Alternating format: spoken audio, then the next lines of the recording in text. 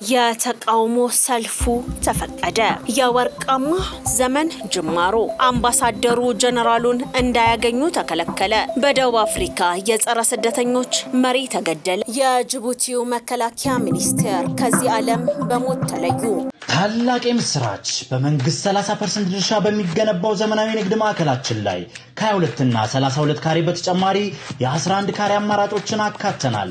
በታላቁ የንግድ ማዕከል መርካቶ ተክለ ሃይማኖት ላይ በአንድ ዓመት ልናስረክባችሁ በፈጣን የግንባታ ሂደት ላይ እንገኛለን። G+4 በሆነ የንግድ ማዕከላችን ላይ ከ640 ሺህ ብር ቅድመ ክፍያ ጀምሮ ወይም ደግሞ ከ3.3 ሚሊዮን ብር ሙሉ ክፍያ ጀምሮ እየሸጠን እንገኛለን። ሱቆቻችን በኔት ኤሪያ ብቻ ማለትም ለደረጃ፣ ለሊፍት እንዲሁም ለኮሪደር ተጨማሪ ክፍያ አንጠይቆትም። በቂ የፓርኪንግ አገልግሎት፣ የሰውና የዕቃ ሊፍት፣ 24 ሰዓት የተሟላ የጥበቃ አገልግሎት፣ ይህ ሁሉ በመሃል መርካቶ ተክለ ሃይማኖት ከተጨማሪ 15% ልዩ ቅናሽ ጋር ከታች ባለው ስልክ ቁጥር በመደወል ካሉን ሱቆች የድርሻውን ይውሰዱ። ሜሪት ፕሮፐርቲስ። ሰላም ጤና ይስጥልን። የተወደዳችሁና የተከበራችሁ የሀቅና ሳቅ ሚዲያ አድማጮቻችንና ተመልካቾቻችን የዕለቱን ወሳኝ መረጃ ይዘንላችሁ ቀርበናል። የሀገር ውስጥና የውጭ መረጃዎችን ወደ እናንተ እናደርሳለን። የተፈጠረው ግዙፍ ሰው ሰራሽ ንጋት ሐይቅ ከኤሌክትሪክ ኃይል ማመንጫነት ባሻገር ለአካባቢው ኢኮኖሚ ትልቅ አቅም መሆኑን በተግባር እያሳየ ነው። የቤኒሻንጉል ጉሙዝ ክልል ግብርና ቢሮ እንዳስታወቀው ከሆነ በተጠናቀቀው በጀት ዓመት ብቻ ከሐይቁ ከ10,700 ቶን በላይ የአሳ ምርት ተገኝቷል። የክልሉ የግብርና ቢሮ የእንስሳና አሳ ሀብት ልማት ዘርፍ ምክትል ኃላፊ ዶክተር ብርሃኑ ኢቲቻ እንደገለጹት በሐይቁ የአሳ ማስገር ስራ 46 ማህበራት ተደራጅተው እየሰሩ ይገኛሉ። በእነዚህ ማህበራት አማካኝነት በተጠናቀቀው በጀት ዓመት 10,799 ቶን አሳ የተመረተ ሲሆን ይህም ከቀድሞ ዓመት ጋር ሲነጻጸር የምርት መጠን በእጥፍ የጨመረ መሆኑን አስረድተዋል። ንጋት ሐይቅ በአሳ ምርት የክልሉን የኢኮኖሚ መሰረት ከማጠናከሩን ባሻገር ለበርካታ ወጣቶች የስራ እድልን በመፍጠር የራሳቸውና የቤተሰቦቻቸውን ህይወት እንዲለውጡ አስችሏል። ሐይቁ ከአሳ ምርት ባሻገር ከ70 በላይ ደሴቶችን በመያዝ ለቱሪዝም መስህብነትና ለውሃ ትራንስፖርት እንቅስቃሴ ከፍተኛ አስተዋጽኦ እያበረከተም ይገኛል።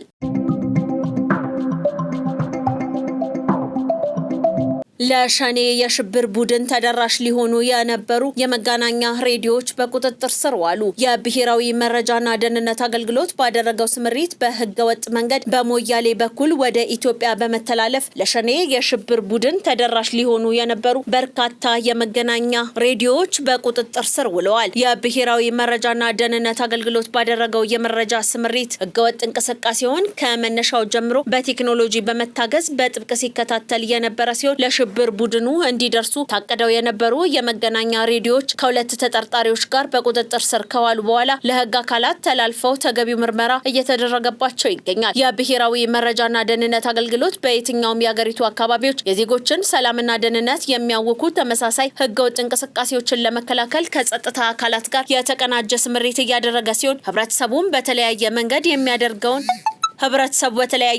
የሚያደርገውን ድጋፍና ትብብር አጠናክሮ እንዲቀጥል ጥሪ ቀርቧል። የብሔራዊ መረጃና ደህንነት አገልግሎት በኬንያ አዋሳኝ ቦታዎች በማድረግ በቦረናና ሞያሌ ከተማ በኩል ወደ ምዕራብ አርሲ ዞን ለሚንቀሳቀሰው የሸኔ ሽብር ቡድን ለማድረስ የታቀዱ 98 መገናኛ ሬዲዮዎችና ቻርጀሮች ከኦሮሚያ ክልል የጸጥታ አካል ጋር በመቀናጀት በሚያዝያ 12 2018 በቁጥጥር ስር መዋላቸው ይታወሳል።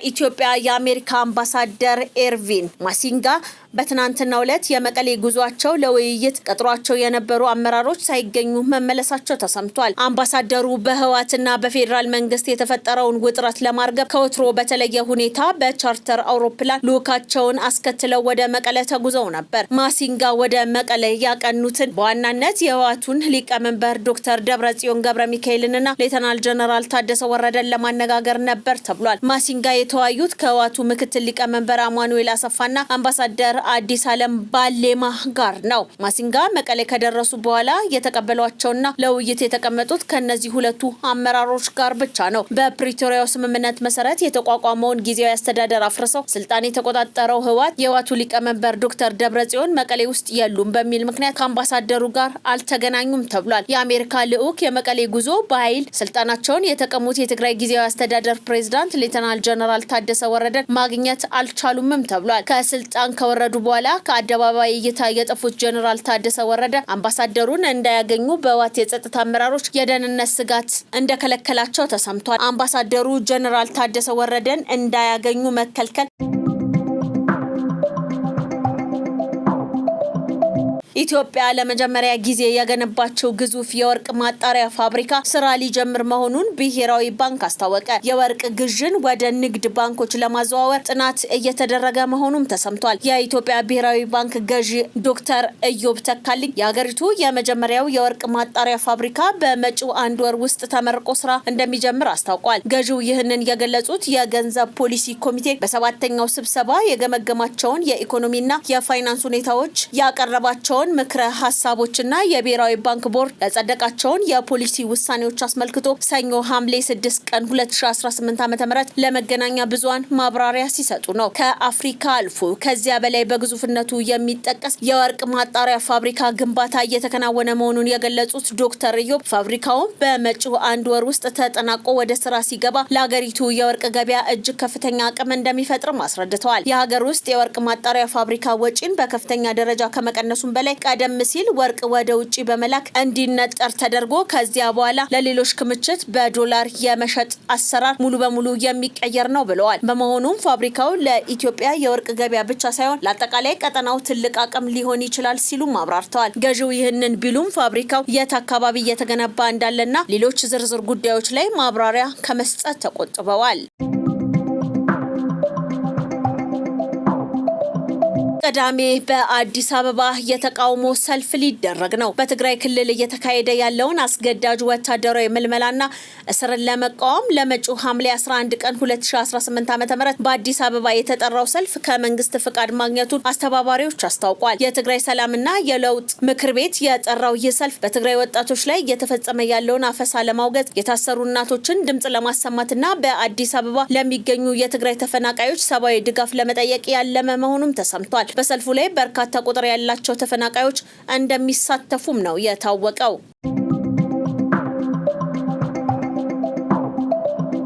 የወርቃማ ዘመን ጅማሮ የሆነው ሀገራዊ ምክክር ትናንት በይፋ የተጀመረው ታላቁ ሀገራዊ የምክክር ጉባኤ ሀገሪቱ ለዘመናት ከተሸከመችው ቁርሾና ግጭት ወጥታ ወደ አዲስ ብሩህ ምዕራፍ የምትሸጋገርበት የወርቃማ ዘመን ጅማሮ ነው። ይህ መድረክ ጠመንጃን በሀሳብ የበላይነት ለመተካትና ጠንካራ ሀገረ መንግስትን ለመገንባት የተጣለ ታላቅ የትውልድ አደራ ነው። ኢትዮጵያ ረጅም ኩሩና ዘርፈ ብዙ ታሪክ ያላት ሀገር ብትሆንም በሂደት ውስጥ ግን በርካታ መዋቅራዊ የፖለቲካ አለመረጋጋቶችን፣ የታሪክ አረዳድ ልዩነቶችንና የእርስ በርስ ግጭቶችን አሳልፋለች። ለዘመናት የሞከርነው ጦርነትና የኃይል አማራጭን ማሸነፍ እንጂ ዘላቂ ሰላምን ሊያመጣ አልቻለም። ይሁን እንጂ ትናንት ሐምሌ 8 ቀን 2018 ዓ.ም በአዲስ አበባ የተጀመረው ታላቁ ሀገራዊ ምክክር ጉባኤ ኢትዮጵያን የጠመንጃ የኃይል እሳቤን አስወግደው በሀሳብ የበላይነት የሚያመሩትን አዲስ ወርቃማ ዘመን ያበሰረ ክስተት ሆኗል። በሀገራችን የፖለቲካ ባህል ውስጥ ልዩነትን እንደ ክህደት፣ ተፎካካሪነትን ደግሞ እንደ ጠላት የማየት አባዜ ሰፍኖ ቆይቷል። ይህ የሀገራዊ ምክክር ሂደት ዜጎችን በጠረጴዛ ዙሪያ በነጻነት እንዲደማመጡ እድልን ፈጥሯል። የሀሳብ የበላይነት መረጋገጥ የሰለጠነ የዲሞክራሲ መሰረት ከመሆኑም በላይ ሀገሪቱ ወደማይናወጥ መረጋጋት የምታደርገው ጉዞ መጀመሪያ ነው። ትናንት የተጀመረው ጉባኤ ታሪካዊ ቁስሎችን በሆደ ሰፊነት ለመፈወስና የወደፊት የጋራ ትርክትን ለመቅረጽ የተገኘ ትልቅ የትውልድ ድል ነው። የአሁኑ ምክክር የጥቂት የፖለቲካ ልሂቃን የድርድር መድረክ ሳይሆን ከ1195 በላይ ወረዳዎች የተውጣጡ ከ4000 በላይ ተመካካሪዎች የተሳተፉበት ፍጹም ህዝባዊ መሰረት ያለው መድረክ ነው። ሴቶች፣ ወጣቶች፣ ማህበራዊ ድርጅቶችና የሃይማኖት አባቶች የራሳቸውን አጀንዳ ይዘው ቀርበዋል። ማንም ሳይገለል ሁሉም ድምጽ እንዲሰማ መደረጉ ሂደቱ እውነተኛ የህዝብ ይሁንታ እንዲኖረው አድርጎታል። የሀገር ጽናት የሚለካው በወታደራዊ ኃይል ሳይሆን በዜጎች መካከል በሚኖረው የጋራ መግባባት ጥልቀት ነው። በምክክሩ ይፋ የተደረጉ 8 ዋና ዋና አጀንዳዎች በስኬት ከተመከረባቸው በኋላ የኢትዮጵያን ዘላቂ ሰላምና የጋራ ብልጽግና በጽኑ መሰረት ላይ ይገነባል። የውስጥ ሰላም ሲረጋገጥ ደግሞ ሀገሪቱ ወደ ሁለንተናዊ የኢኮኖሚና ማህበራዊ እድገት ማማ ላይ የምትወጣበት ወርቃማ ዘመን ይጀምራል። የኢትዮጵያ ሀገራዊ ምክክር ጉባኤ ጅማሮ የረጅም መንገድ የመጀመሪያ የመጀመሪያ እርምጃ ነው። የሀገሪቱን እጣ ፈንታ ለመቀየር ደግሞ የወርቃማ ዘመን ማብሰሪያ በትናንት ቂም ውስጥ ከመታጠር ለነገዋ የበለጸገች ሀገር ሲባል እያንዳንዱ ዜጋ የፖለቲካ ኃይልና ምሁር ሂደቱን በባለቤትነት ሊደግፈውና ሊንከባከበው ይገባል። ዛሬ በጠረጴዛ ዙሪያ የሚታየው ቅንነትና የሚወሰኑት ውሳኔዎች የነገዋን ጠንካራና የተባበረች ኢትዮጵያን ይወልዳል።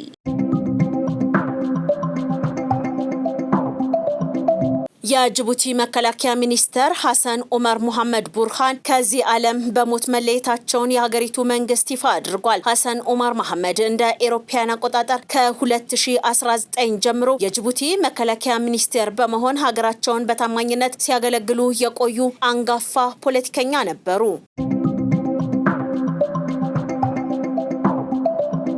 በደቡብ አፍሪካ ማርች ኤንድ ማርች የተባለውን የጸረ ስደተኞች እንቅስቃሴ በጋውቴንግ ሲያስተባብር የነበረው አንዲሌ ሶምጋዳ በጥይት ተመቶ መሞቱ ተነገረ። ባለፈው ሳምንት ጥቃት ደርሶበት በሕክምና ላይ የነበረው የዚህ ግለሰብ መሞት በሀገሪቱ ያለውን የጸረ ስደተኞች ውጥረት ይበልጥ ሊያባብሰው ይችላል የሚል ከፍተኛ ስጋት ፈጥሯል ሲል ቢቢሲ ዘግቧል።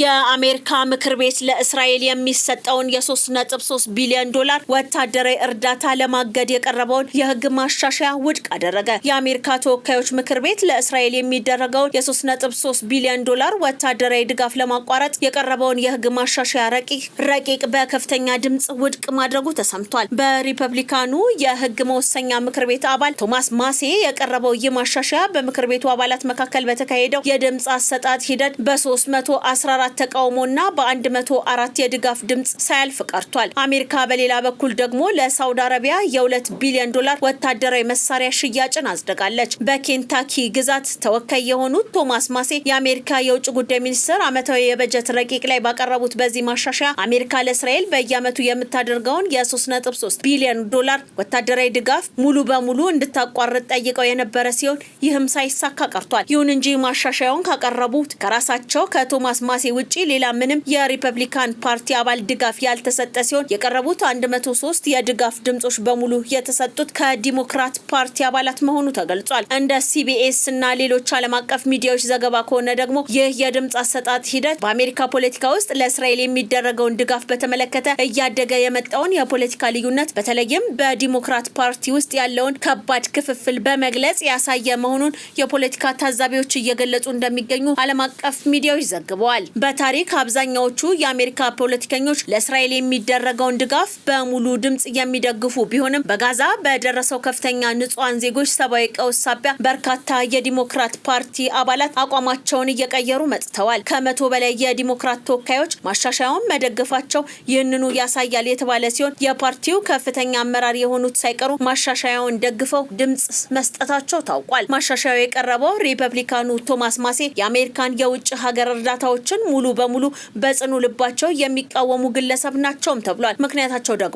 የአሜሪካ ግብር ከፋዮች ገንዘብ በውጪ ሀገራት ጦርነቶች ላይ ከሚባክን ይልቅ በሀገር ውስጥ ላሉ ችግረኞች ማለትም ቤት ለሌላቸው የቀድሞ ወታደሮች አይነት መዋል አለበት ባይ ናቸው። ይህ የድምጽ አሰጣጥ ውጤት ምንም እንኳን ማሻሻያው ውድቅ ቢደረግም ከዚህ ቀደም በአሜሪካ ምክር ቤት ለእስራኤል ይደረግ የነበረውን ያልተገደበ የሁለቱም ፓርቲዎች የጋራ ድጋፍ እየሸረሸረ መምጣቱን የሚያሳይ ትልቅ ማሳያ ተደርጎ ተወስዷል። ታላቅ ምስራች! በመንግስት 30% ድርሻ በሚገነባው ዘመናዊ ንግድ ማዕከላችን ላይ ከ22 እና 32 ካሬ በተጨማሪ የ11 ካሬ አማራጮችን አካተናል። በታላቁ የንግድ ማዕከል መርካቶ ተክለ ሃይማኖት ላይ በአንድ ዓመት ልናስረክባችሁ በፈጣን የግንባታ ሂደት ላይ እንገኛለን። G+4 በሆነ የንግድ ማዕከላችን ላይ ከ640 ሺህ ብር ቅድመ ክፍያ ጀምሮ ወይም ደግሞ ከ3.3 ሚሊዮን ብር ሙሉ ክፍያ ጀምሮ እየሸጥን እንገኛለን። ሱቆቻችን በኔት ኤሪያ ብቻ ማለትም ለደረጃ፣ ለሊፍት እንዲሁም ለኮሪደር ተጨማሪ ክፍያ አንጠይቆትም። በቂ የፓርኪንግ አገልግሎት፣ የሰውና የዕቃ ሊፍት፣ 24 ሰዓት የተሟላ የጥበቃ አገልግሎት፣ ይህ ሁሉ በመሃል መርካቶ ተክለ ሃይማኖት ከተጨማሪ 15% ልዩ ቅናሽ ጋር ከታች ባለው ስልክ ቁጥር በመደወል ካሉን ሱቆች የድርሻውን ይውሰዱ። ሜሪት ፕሮፐርቲስ።